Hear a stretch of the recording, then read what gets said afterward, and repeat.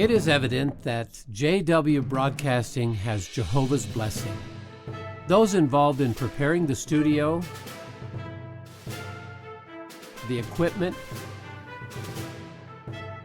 and the content all said that they could feel Jehovah's hand directing every step, every decision, every day. In the meantime, a scout team got busy searching for a suitable location, and a good one was found in the office complex at 30 Columbia Heights. Sensing Jehovah's direction on this endeavor, the brothers vacated the entire area in just 1 week. As you can see, there was a significant outlay of funds to complete the project.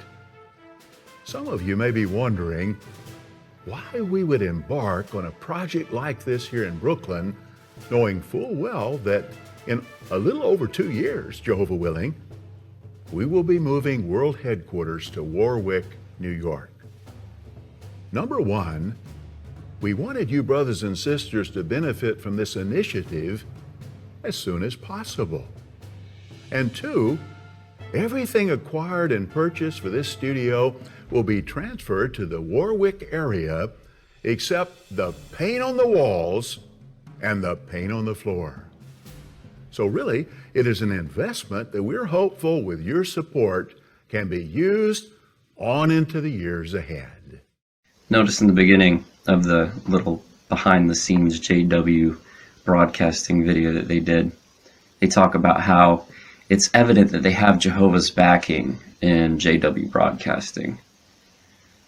It's interesting because they didn't actually show you how everything was put together. What programs do they use to make these videos?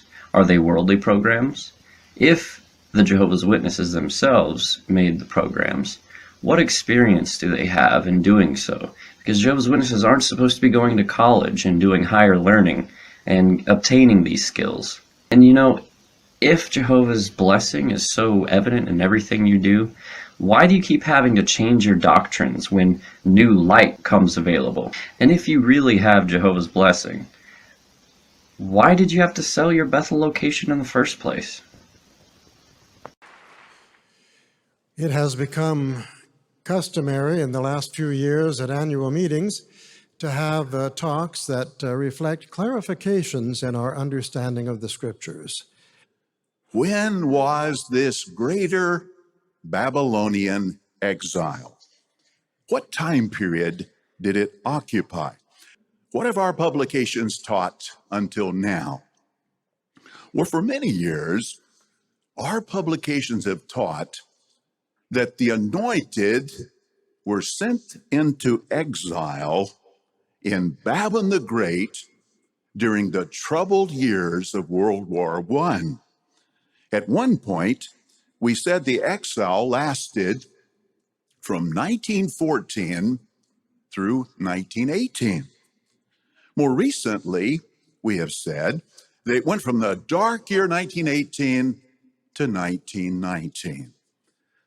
But the governing body, and we really feel under the direction of Jehovah's Spirit, has recently undertaken a careful, prayerful study of this subject and have come to the conclusion that an adjustment in our understanding is definitely needed. Well, here's the question that especially moved the governing body to come to that conclusion. The question, did Jehovah really punish the anointed of the 1914 to 19 era with spiritual exile in Babylon the Great? Did he punish them this way? Well, in regard to that, think again about the Babylonian exile we talked about at the beginning. Why was it that Jehovah sent his people into exile in 607? It was to punish a rebellious, a wicked people. And it was only after Jehovah repeatedly gave warnings through his prophets, and they ignored those warnings, that Jehovah sent them into exile. But now please think for a moment about our anointed brothers and sisters during the World War I era. Were they like that? Wicked, rebellious, needing to be sent into exile? Now, it's true, they didn't have a clear understanding of Christian neutrality like we have today, but they were arrested because of their denouncing Christendom's role in the war. Now, does that sound like a rebellious, wicked people needing to be sent into exile? In fact, our brothers and sisters of that period as a whole courageously took a stand against war and violence, no matter what the personal consequences were. So it's hard for us to imagine that Jehovah would have sent them into exile. Well, likely our discussion thus far has helped you to appreciate why the governing body came to the conclusion that an adjustment in our understanding is definitely needed. What is our new understanding concerning the Babylonian exile? Well, let us begin first by telling you straightforwardly our new understanding as to when the Babylonian exile began.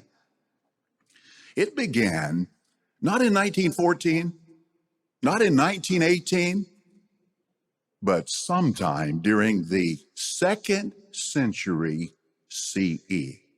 If you recall, in the 1st century CE, Jesus and the apostles warned against apostates and the corrupting influence that they could have on the Christian congregation. So he was warning, see, against apostates. But now the question is, were these warnings of Jesus and the apostles heeded? Sadly, no. In fact, increasingly, the elders became more and more tolerant of apostates. What were the sad consequences? By the end of the 1st century CE, apostasy was becoming rampant in the congregation. More and more men were slipping into the congregations and turning the undeserved kindness of God into an excuse for loose conduct or brazen conduct, as we say now. It was then, sometime in the 2nd century CE, that Christians were in effect taken off into exile in Babylon the Great. Here's my audience, forever one together.